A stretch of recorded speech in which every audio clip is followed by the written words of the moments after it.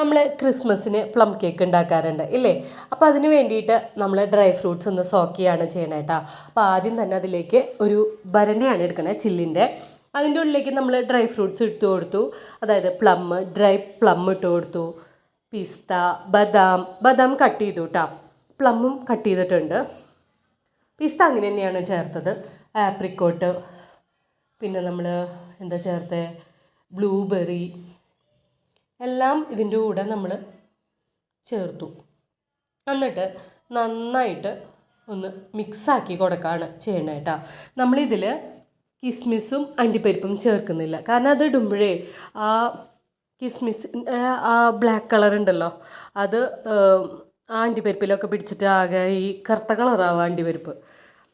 അപ്പോൾ ഞാൻ അത് രണ്ടും ഇട്ടിട്ടില്ല. അത് സെപ്പറേറ്റ് ഞാൻ സോക്ക് ചെയ്യാമെന്നാണ് വിചാരിച്ചിരിക്കുന്നത്. പിന്നെ നമ്മൾ ഈ ഡ്രൈ ഫ്രൂട്ട്സ് ഇട്ടതിന് ശേഷം നമ്മളൊന്ന് നന്നായിട്ടൊന്ന് മിക്സാക്കി കൊടുത്തു കേട്ടോ.